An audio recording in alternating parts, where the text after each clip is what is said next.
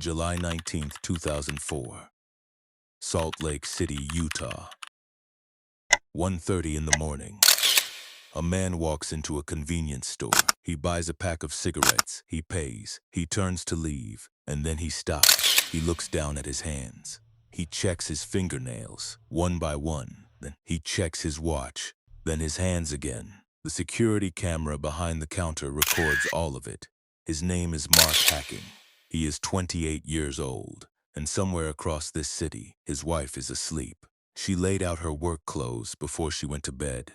She had a 5 a.m. run planned. She was 5 weeks pregnant. She was weeks away from a move across the country. She had no idea this night was already over. Mark pockets the cigarettes and walks out into the dark. In a few hours, he is going to call the police. He is going to tell them his wife is missing. What does a man look for on his own hands at 1:30 in the morning? That question is the answer to everything. This is the story of what actually happened to Lori Hacking. And what happened was not a disappearance. Before we continue, a warning. This case involves the murder of a pregnant woman, years of calculated deception, and a betrayal so complete it will make you question what trust actually means. Some viewers may find this content deeply upsetting. Viewer discretion is once again strongly advised. Welcome to True Crime, Twisted Vows. Tonight we venture into a darkness so consuming it defies comprehension. Take a moment to hit subscribe, drop a like, and please let us know where you're watching from in the comments below. And now we begin. Before any of this, before the search, before the lies, before July 19th, there was just a girl from Fullerton, California, who packed her whole life into boxes for a man she believed in completely. Her name was Lori Kay Soares. She was adopted as an infant by Thelma and Eraldo Soares, a couple who had first met while serving as LDS missionaries in Rio de Janeiro, Brazil. Faith had brought them together. That faith was supposed to hold. And then, when Lori was 12, the floor collapsed. Her father had been having an affair with a woman 30 years his junior, a woman who was pregnant. After more than 2 decades of marriage, Eraldo and Thelma's relationship ended. Her brother Paul, already grown, stayed in California. Thelma took Lori and moved to Orem, Utah, closer to community, closer to something that felt like solid ground. Here's what stayed with me about that part of her story. Lori was 12 years old. She left her school, her friends, her home, her father, everything she had known, and started over in a city where she was a stranger. And she didn't just survive it. She became 9th grade class president at Canyon View Junior High. She graduated Orem High School in 1995. But there was something she carried quietly in those years. In a community full of large, intact Mormon families, 2 parents, several children, everyone fitting the same picture, Lori lived with her divorced mother. She sometimes felt like she didn't quite belong. She was beloved, accomplished, the kind of person a room instinctively noticed. But she carried something quiet about not quite fitting the mold. She won a scholarship to Weber State University, even though what she had always wanted was the University of Utah. She spent a year there working toward a transfer, living for the goal. When she finally made it to the University of Utah, she didn't coast. In 1997 and 1998, Lori received the University President's Award for Academic Achievement. She had earned every word of it. She was selected for a prestigious political internship in Washington, D.C. She and her best friend took a trip to Savannah, Georgia. They rang in the new year together in Times Square. Her first job had been at the Orem car wash, alongside her friend Rebecca Carroll, earning her own money, learning the value of it early. Her dad bought her a blue VW Bug for her 16th birthday. She drove her friends everywhere in it. She was the one who showed up. She was working at Wells Fargo as a trading assistant when all of this began. A job she loved at a place where her colleagues adored her. She had plans for an MBA. She had put those plans on hold for the move to North Carolina for Mark. Her mother, Thelma, described their relationship in a way that's hard to forget. Lori called Mark her big old teddy bear. She meant it. Her friends said she talked about him the same way after 5 years of marriage as she had at 19. With the same certainty, the same warmth. She had no reason not to. Her father, Eraldo, said he was 110% behind the marriage from the beginning. Mark sent flowers to Lori's office. He showed up every day at the University of Utah to have lunch with her on campus. He was, to every person who knew them, everything a husband should be. And Lori, who had watched her family crack apart, who had quietly rebuilt herself from the ground up, who had spent her whole life making something solid out of instability. Lori believed every word of it. She was 27 years old. She was 5 weeks pregnant. She was packing boxes for a new city, a new home, a new life. She had never been more certain that everything was going to be okay. And the first sign of how wrong she was, the first moment the world she believed in started to come apart, was already 3 weeks away. The last time anyone outside her apartment saw Lori hacking alive was the evening of Sunday, July 18th, 2004. She and Mark spent time with friends earlier that day. A small gathering, unremarkable. People who were there later said Mark seemed quiet, a little withdrawn, but they were moving across the country in 3 weeks. Stress makes people quiet. Around 8 in the evening, Lori and Mark were seen together at a local store. A couple picking up what they needed for the week. Ordinary. Then, they went home. Sometime after midnight, 2 separate neighbors would later come forward. One said she heard screaming from the apartment. Another heard a male voice, sharp and final. "This is it, it's all over. And that's it." Nobody called anyone. Nobody checked. Lori went to bed that night believing she had a 5 a.m. run planned. She had laid out her work clothes for the day. She had a voicemail waiting at UNC Chapel Hill for the school to return on Monday morning. She had a baby growing. She had boxes half-packed. She had things to do. Nobody in that apartment knew that what had just happened was the last conversation Lori Hacking would ever have. She fell asleep. And Mark Hacking stayed up in the next room, playing Nintendo. Because here's the thing about Mark Hacking. The Nintendo wasn't the lie. The whole life was. From the outside, the Hackings were everything. Young, devoted, LDS. Mark was heading to medical school, following in the footsteps of his father, a pediatrician, and at least one of his brothers. Lori was pregnant. They were moving to Chapel Hill for a fresh start. Their going-away party, held 3 days earlier at a mountain cabin owned by Lori's boss, had been full of people genuinely wishing them well. The happiness on Lori's face was real. Her love for this man was real. The man himself was not. But behind that perfect facade, there were cracks that no one could see.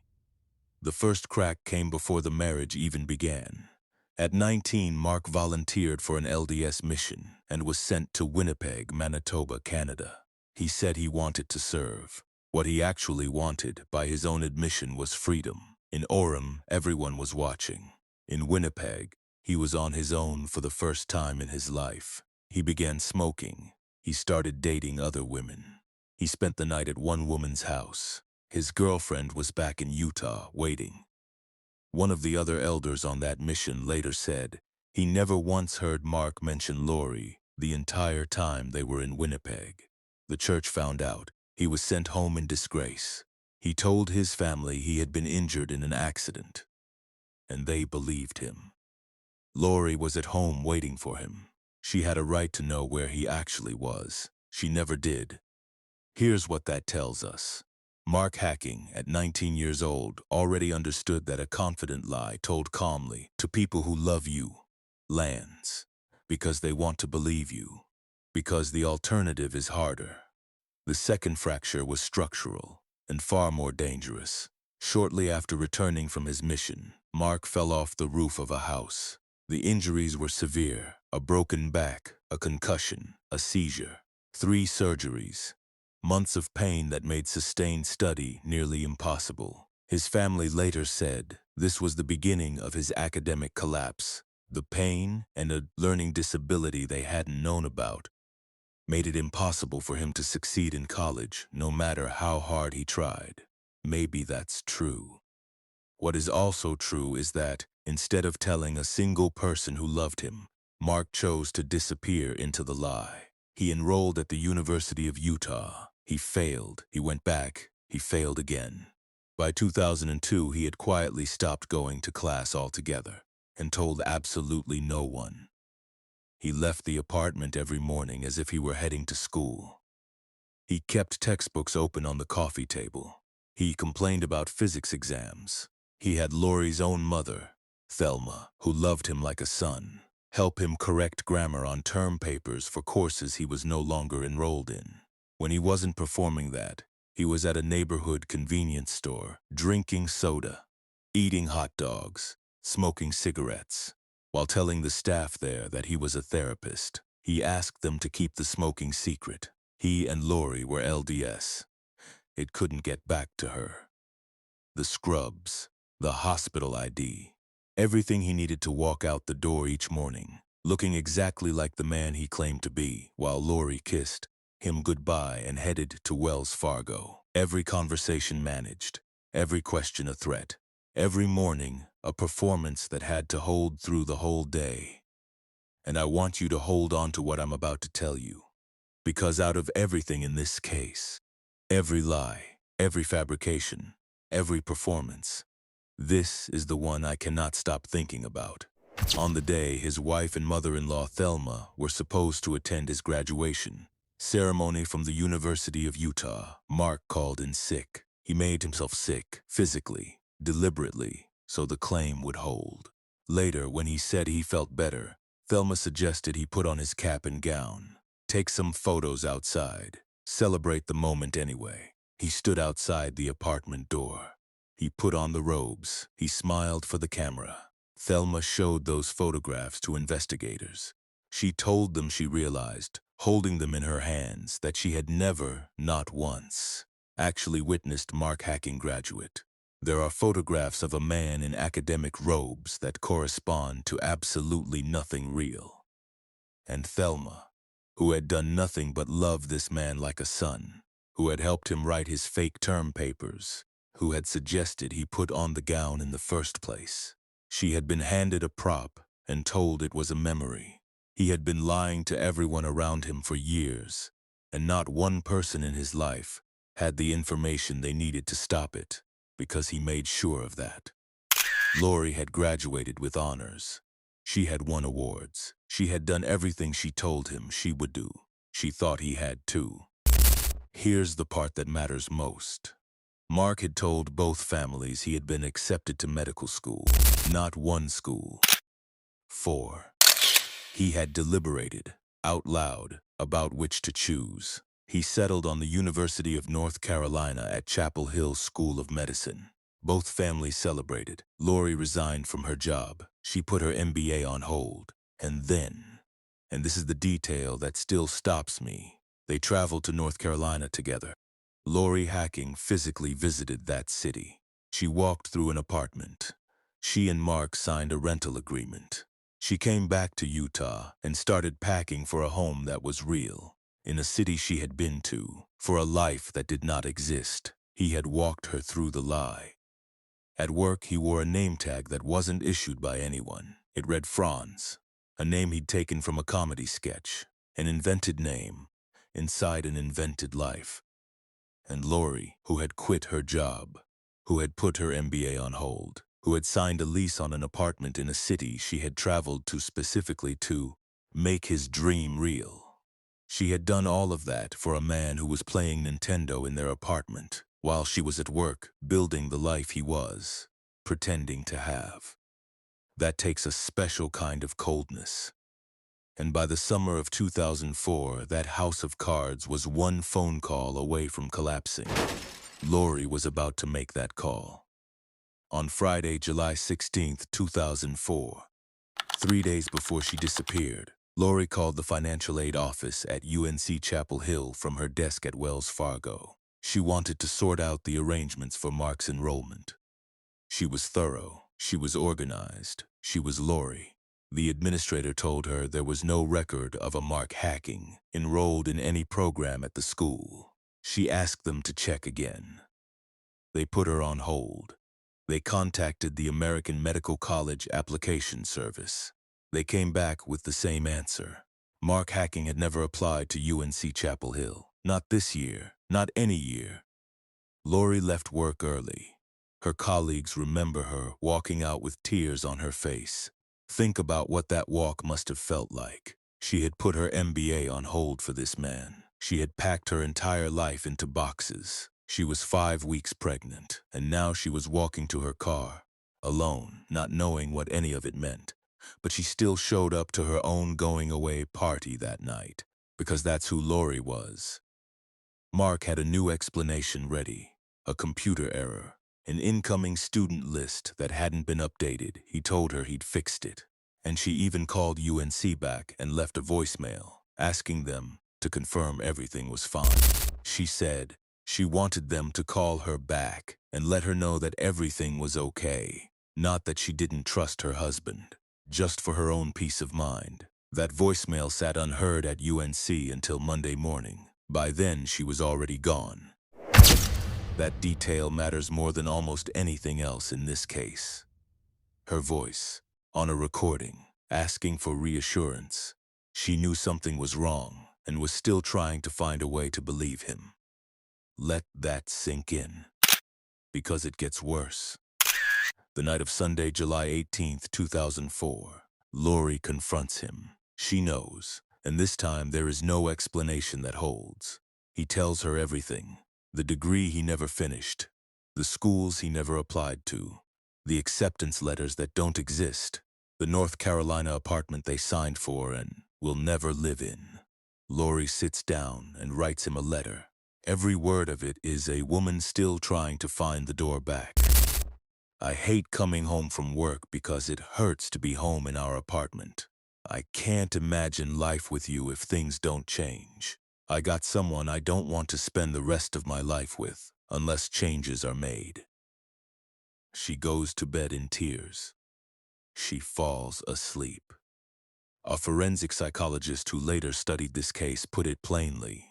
In Mark's mind, Lori had done something unforgivable. She had killed the person he had invented.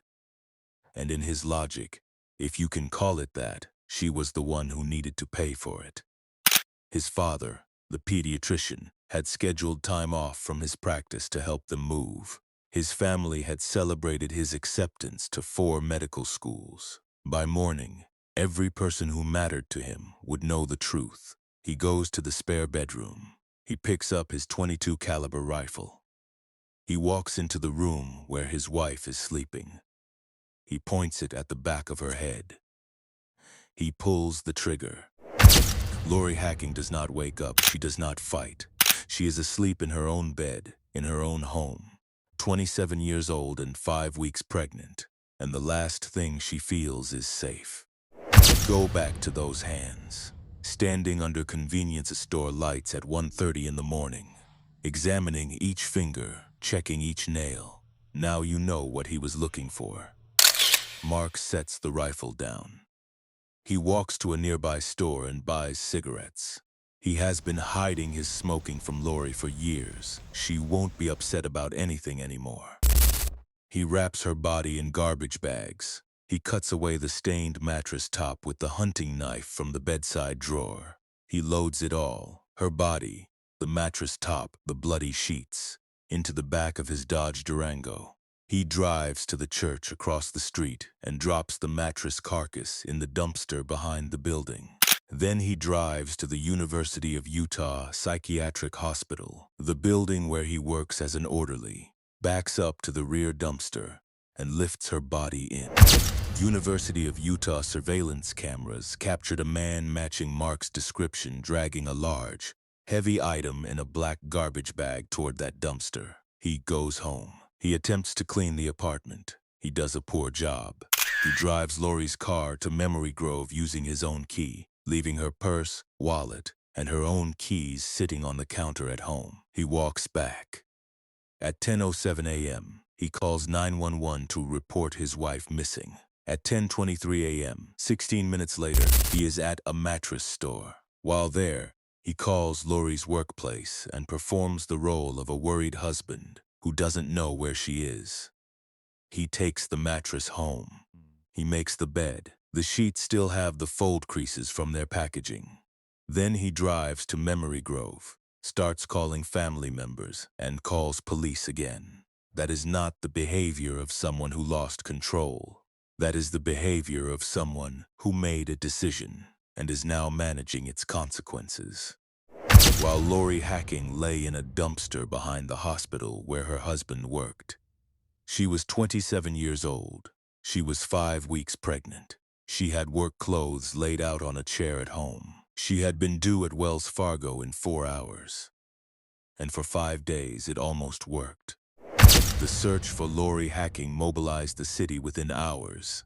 Salt Lake City had not forgotten Elizabeth Smart, kidnapped from her home just 2 years earlier. The community responded. K-9 units, helicopters, volunteers combing Memory Grove, flyers across the city. And from almost the very beginning, something wasn't right. A neighbor told investigators she had seen Lori's car outside the apartment building at 7 a.m. and still there at 8:30 a.m.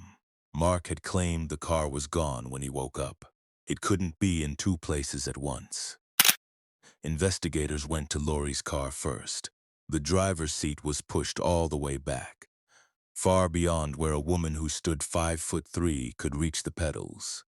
The mirrors were set for someone significantly larger. There was blood in the back seat, and around the rear door, handprints.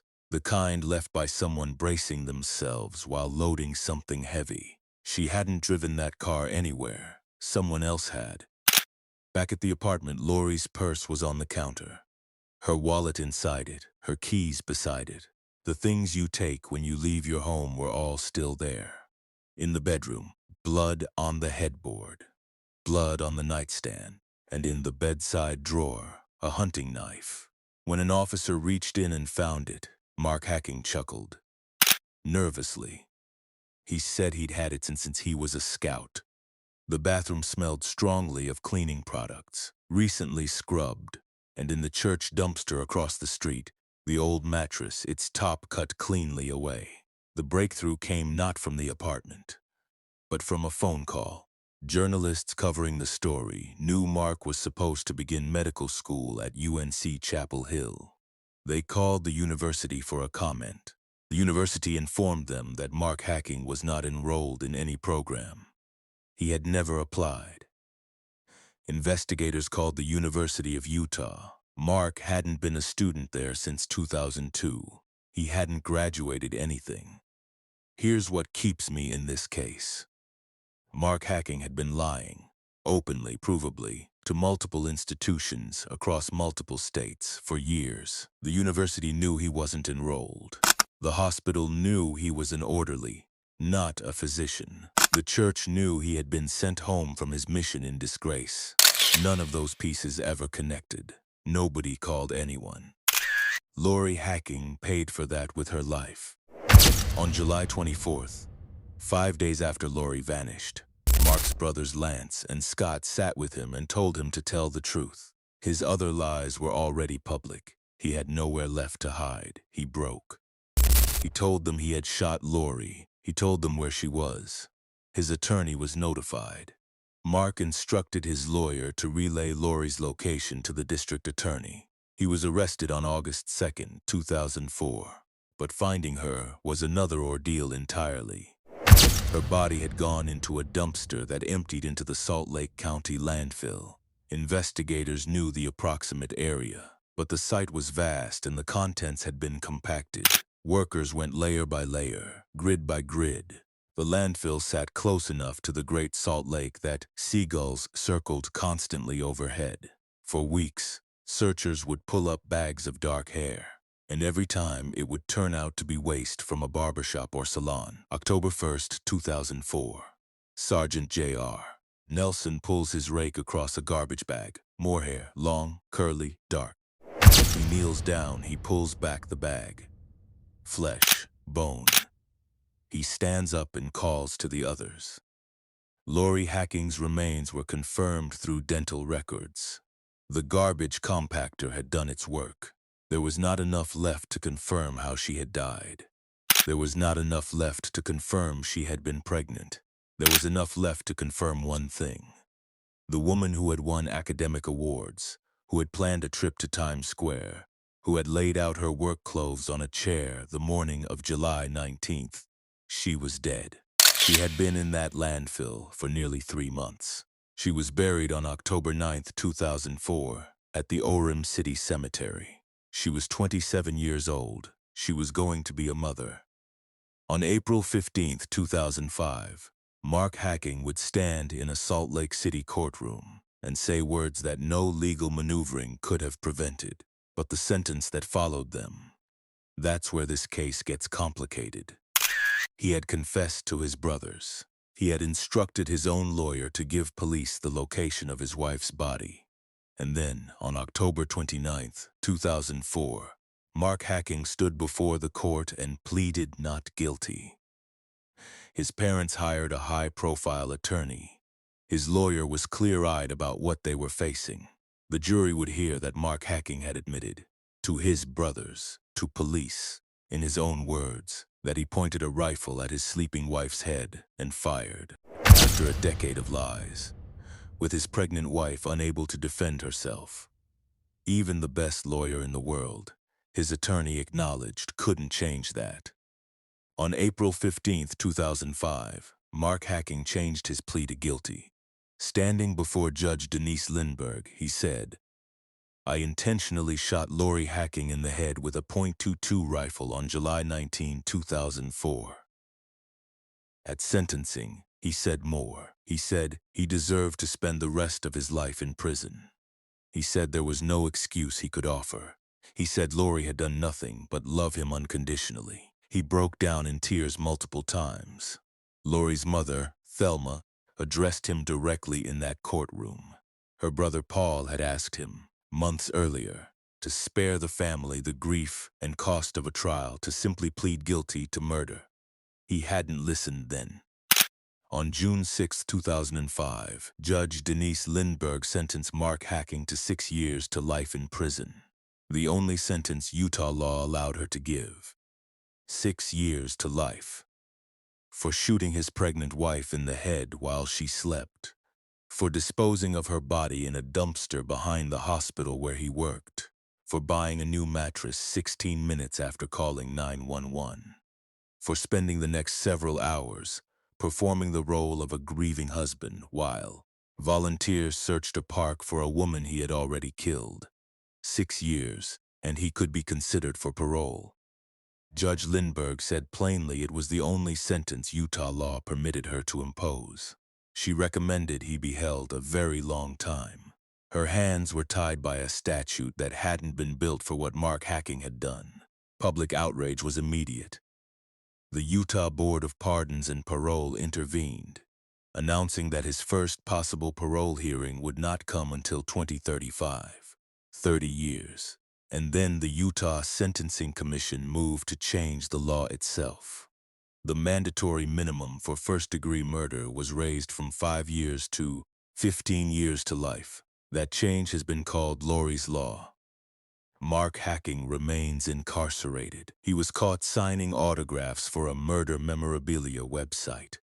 He has been writing his life history from prison. It has not been published. Lori Kay Soares Hacking deserved to write her own. She never got the chance. She has a headstone in Orem City Cemetery, and a sentencing law so inadequate it had to be rewritten. And when it was, they gave it her name. Some crimes can never truly be paid for. Some justice is never complete. Lori's mother, Thelma, had one final thing to do. She had the name Hacking removed from Lori's headstone at the Orem City Cemetery. And in its place, she put a single word in Portuguese, the language of the country where she had served her mission, where she had met Heraldo, where her life had first taken shape. The word is Fellinha. It means little daughter. When asked why, Thelma said, "We just felt that Mark obviously didn't want her anymore." Kay Soares had a university president's award and a blue Volkswagen Bug her dad bought her for her 16th birthday. She spent her first paycheck at the Orem car wash and her New Year's Eve in Times Square. She was going to finish her MBA. She had always planned to come back to it. She never got the chance. Her brother Paul said something in the early days of the investigation that I keep coming back to. He was talking about what Lori would have done if Mark had simply told her the truth. If he had admitted he couldn't finish college, that he was never going to be a doctor, that he had been lying for years, Paul said. He didn't have to be a doctor, a president. Whatever it was, as long as he was doing his best, she would have loved him still. She would have stayed. She was still trying to stay, even after she found out. The last thing she ever wrote was not a goodbye. It was a condition, a hope, a door she was leaving deliberately open. I can't imagine life with you if things don't change. She was still imagining a life with him, right up until the end. If this story hit you the way it hit me, if you're sitting there with that specific weight that comes from a case that didn't have to end this way, I want to hear from you. Drop a comment below. Tell me where you're watching from. I see every single comment. Everyone. If you think Lori's story deserves to reach more people, hit the like button. It costs you nothing, and it genuinely matters. And if you're not subscribed yet, now is the time. Links to domestic violence and relationship abuse resources are in the description. Please share them. Someone you know might need them.